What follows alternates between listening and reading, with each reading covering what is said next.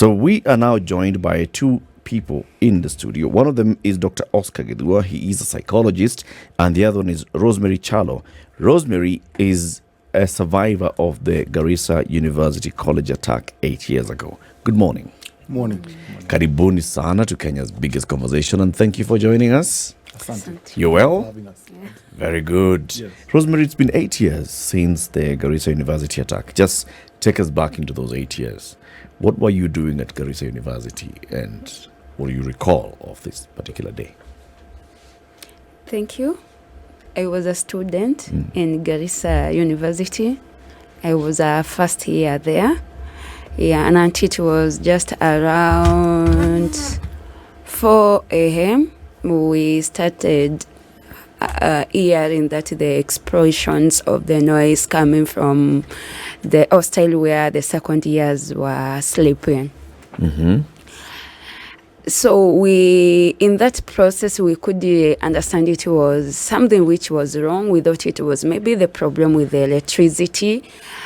And at that time, I was the first year, the representative. So I had to go and to check what is happening around our hostel. I woke up in my bed, then I just told my roommate something is happening. Then they just woke up, they ran, said it is Al-Shabaab, but that it wasn't in my mind. I just went to check on the electricity where it was. Then within that, because we were used to one entrance between us and the gentlemen, I just saw about 3 people just coming in our hostel. Then they just went toward where the gentlemen, the hostel for gentlemen.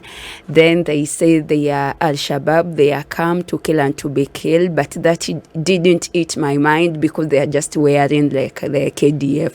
To me, I thought they are KDF. And so after I had that, I went just back to our hostel. Then I just stood outside to see what is happening. Then within that, the process that we had, that the explosion of the guard, it exceeded. So we had to call some of the gents, and we tell them there is something which is not good. And once now we had our hostel was in the ground floor. Then there was a second floor where now the gentlemen, they can pass from the second floor and come in the ladies' hostel. Some of them, they come. Then we stayed actually around maybe 30 minutes just within the hostel, looking of what is happening. So once we had that the gunshot and that the exploitation of the noise had exceeded, we decided to use the Panya route to the field where it was. Once we just go into the fields, we just see them now, they started shooting us. So we could learn. If we see them, they are just shooting, we could lay down. Then we walk up, we run again. When they shoot us, we just lay down. Then we lay down, then we wake up, then we just walk. Then we arrive at the field where we stayed like for 1 hour. Then they started even following us when we were in the field. Then we had to think the other ways. We need to get out of the field. Then that time our school was fenced by electricity wire. The lack of it, the electricity wasn't there, so it just was the wire. Those who were in the position now to jump to the outside of the school, they get that. But for me, I was not in that position because like when we were going out, you found our clothes was teared out, so I could jump in. The gentlemen that we had them, they assisted us in digging the hole. Then we passed through that to a neighbor. There we found some of the Muslim. In that morning, they said, this is Garissa. Then they said, the road is going to Buramasalani. This is going to the town. This is going to Buramzuri. So we are wondering, where now are we supposed to go? in the process, we are wondering where we can to go. One of the neighbor just called us and said, you can just come, you stay here for the moments. Once the things they are settled, you will go back to your school. How many were you that were able to escape? We were at this point? around 20 people. Yeah, within the group I was in. What happened? So you were in a hostel, of course, with very many more. Why is it that only 20 managed to escape? Is it that the others did not react fast? Is it that they were not aware of what was happening? What do you think happened? Like my roommates, they just woke up and running. They didn't wait for anything, so they just woke up running, shouting Al-Shabaab. Yeah, some when they saw that, they just woke up and running. So with that, our team which we left behind to see what was happening. Yeah. Did you know what was going on by the time you were in the field and there was all this shooting going on and you were running? Did you then have an idea of what was happening at that point? No, I couldn't have, because I just had, like one of our readers said, there is something happening and it is not Al-Shabaab. They are thieves. They have come into our school. So we thought they are thieves and we were just waiting them to cool down, then we can go back to school. Yeah. Okay. When you heard the first burst of gunfire, you said you woke up, you were a leader in that hostel, and you wanted to go and just determine what was happening. Yeah. What did you actually see? I see just 3 gentlemen just coming in wearing a KDF uniform. To me, because within the school we are used to stay with KDF, I could trace they are Shabab. I believe they are KDF. Even after I had them saying they are Shabab, they are come to kill and to be killed, I didn't believe they are Shabab. So the KDF camp was not far from the college? Yeah, it was not far, and within the school we had some of the KDF. We used to interact with them. They used to stay just around the school. So were they students, or were they providing some form of protection to the school? They were providing protection to the school. How many were they in total? Sometimes during the day you can find there are 2 or 1. Okay. Now, did you, for instance, the hostel you were in, how many students were there in your hostel? We are around, let's say 300. Around 300. Yeah. And how many hostels were there? 2. There were 2 hostels? Yeah. The boys and the girls? Yeah, the boys and the girls. Then we had the hostel, that was for the first years. For the hostel, first years, yeah. yes. And that had 300. Yeah. And so boys, girls. So for every year, the hostels were divided according to the years that people were in. Yeah, it was only the first years and second years. Okay. Yeah. I see. Now, when you left the compound and you were given shelter, at what point did you eventually go back to the university? We didn't go back. Yes. We stay at the neighbor's place until around 7 a.m. where the chief came in and just said our school has been attacked by Al-Shabaab. Then we were taken to the KDF camp at Garissa. How far away was that camp from your college, from your university? It wasn't such far because sometimes we could walk to the town. So it was just, let's say, maybe 5 kilometers. Yeah.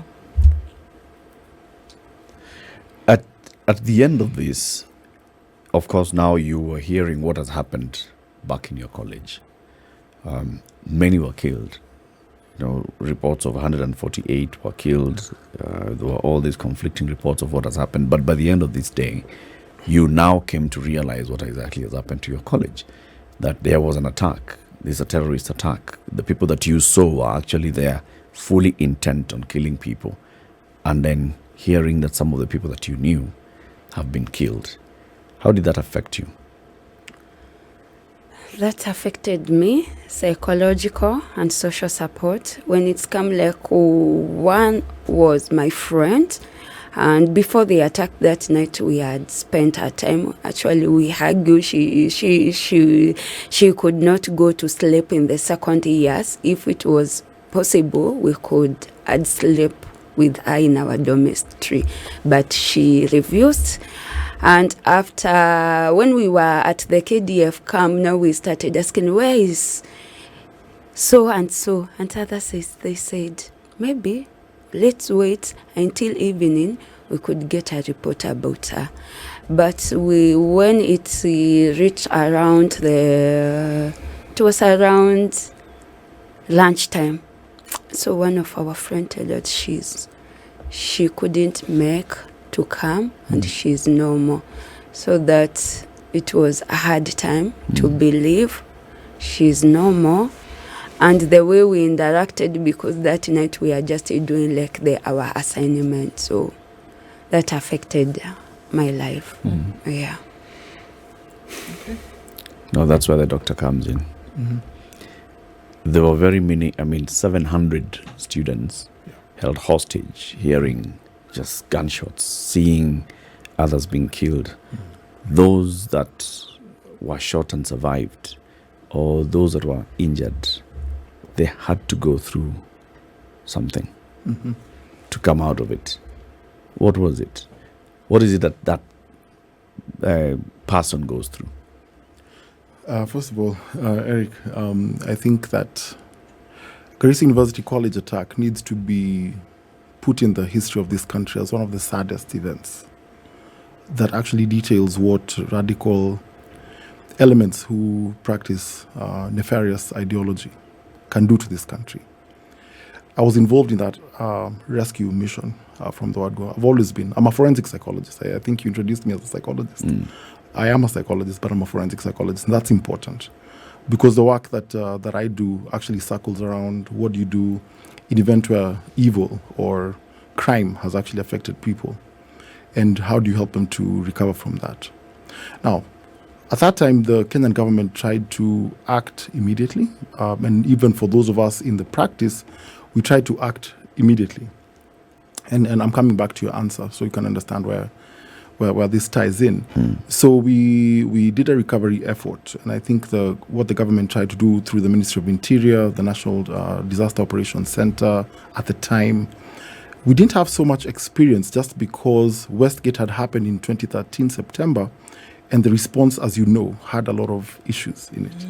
So 2015 was a bit too soon and too far because Garissa University College was not in the center of Nairobi. So we couldn't have the same kind of speed of the special units at that time. Now I'm a civilian, but I can tell you that probably more could have been done. But then we received the students, I remember that night, and Rosemary was one of them. I remember when we worked together, in fact we're just talking about it this morning, that they came to Nairobi on a cold, rainy night. I remember that day very well, that second. And the Ministry of Interior was involved, the Ministry of Devolution was involved in bringing them back. But here's our problem. Our problem is that we do not understand terrorism and violent extremism well. Because it's not just about the violence, actually. It's about the terror part of it. And the terror part of it is where the psychological impact of terrorism comes in. The idea that terrorists want you to change your way of life. They want you to be so scared about doing anything that you actually do not end up living your life the normal way.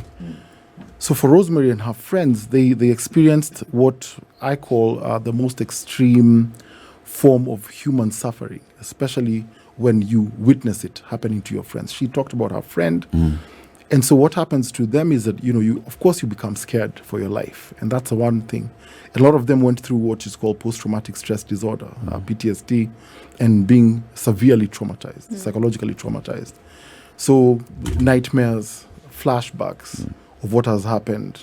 And in fact, I just wanted to say right before when you're asking her what happened, the reason I didn't jump in and say, please don't ask her that, is because I know that Rosemary has gone through psychological support, and she also has. It's been 8 years, and we talked about it. If I thought she hadn't, I would have said, "Excuse me, can I interject?" Because one of the things that you do not want to do when somebody is traumatized is to have them recount the story. It's a trigger. It actually takes them back to the situation. The human brain does not distinguish between when you're actually going through the issue or when you're reliving it. You actually go through the same physiological and neurological experiences. So for them, there's avoidance, there's a re-experiencing of issues, there's a severe anxiety, there's a lack of sleep for some people, there's the addition of sleep for other people, and there's an extreme fear at loud noises. I remember 1998, I think everybody here is old enough to remember that the attack, the bomb blast in Nairobi. And what happened to Kenyans generally after after that. If you had a car backfiring, for instance, Kenyans would get scared and say, we're being attacked, we're under attack. And these attacks are really horrible, Eric, because not only does it affect the students who are in the middle of the attack and who went through it, but anybody who got the reporting in a candid way. Yeah. So our experience from Westgate probably is where we saw large-scale effect of media on enhancing trauma from attacks. And because you have the reporters in front of the mall. I'm standing here in front of the mall. There's an attack going on. I think journalists sometimes, but we've done a lot of work with the Media Council, where we've spoken to people and journalists, and I think the work you do is very, very great in bringing news to people. But sometimes that work leaves journalists themselves injured psychologically.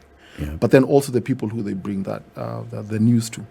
Because someone who didn't know what was happening at Westgate or at Garissa in their house and hadn't seen the images did not know what the context might have been. And by them seeing the images especially, and we can report without actually traumatizing people. We can tell them something has happened, the attack has happened.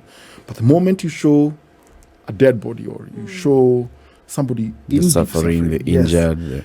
The human spirit, we're not created to actually take that in. But I know the way the news is. If it bleeds, it leads. But unfortunately for me as a psychologist, I look at it and I say, okay, fine, I understand the freedom of the media and all that. But then there's also that cost we have to think about. So if Rosemary and her colleagues who survived that very heinous attack did not go through some psychological support, which I proudly was part of delivering to them, then I believe that right now their lives would probably be completely in disarray. And I'm not saying that all her colleagues are as well put together as she is right now, but I'm saying that for majority of the ones who went through it, I'm sure with the correct support, they did well.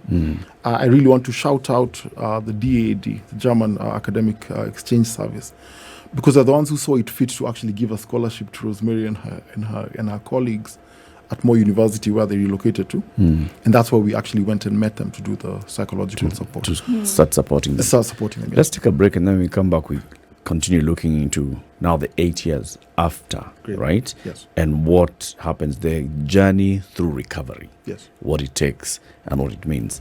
It's 28 minutes to 8. We have two guests with us in the studio. Dr. Oscar Gedua is a forensic psychologist, and Rosemary Kyalo is a survivor of the Garissa University college attack in 2015. It happened on the morning of the 2nd into the 3rd of April 2015.